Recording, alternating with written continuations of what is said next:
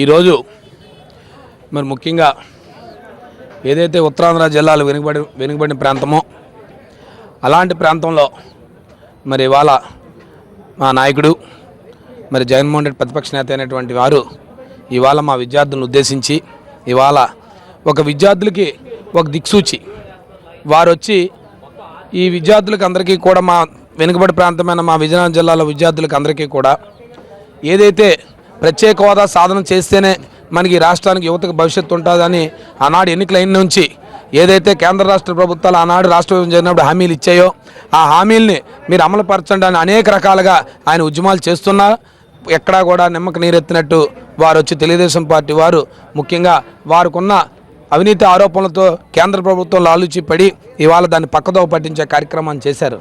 ఏది అయినప్పటికీ కూడా ఆయన విద్యార్థుల భవిష్యత్తు కోసం నడుం కట్టి ప్రతి జిల్లాలో కూడా యువతనందరినీ కూడా వాళ్ళందరినీ కూడా ఉత్తేజపరిచి వాళ్ళందరికీ కూడా ఆయన వారి ద్వారా ఆయన తాలూకా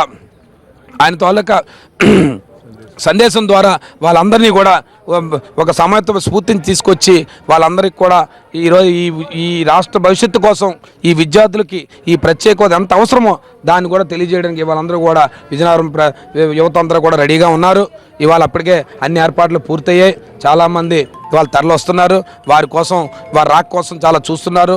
వారందరూ ఎప్పుడు వస్తారా, ఎప్పుడు మా నాయకుడు వారి సందేశం ఇస్తాడా అని ఆలోచన చేస్తున్నారు. వారు ఏ దిశ ఇచ్చినా వారి దిశ ఏది తయారు చేసినా అది తప్పకుండా మా విద్యార్థులందరూ కూడా ఆయన వెంటే ఉండి ఎలాగని ప్రత్యేక హోదా సాధించి తీరుతామని మీ ద్వారా తెలియజేసుకుంటున్నాను.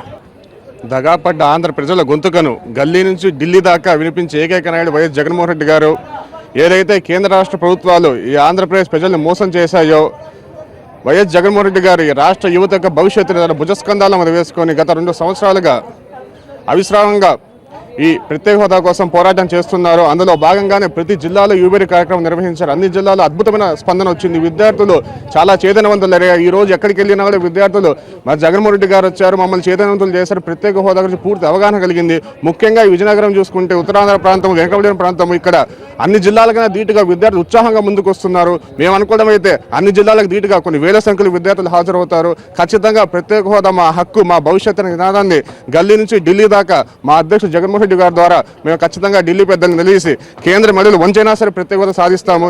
ఈ రాష్ట్ర యువత యొక్క భవిష్యత్తుని ఖచ్చితంగా కాపాడుకుంటాము.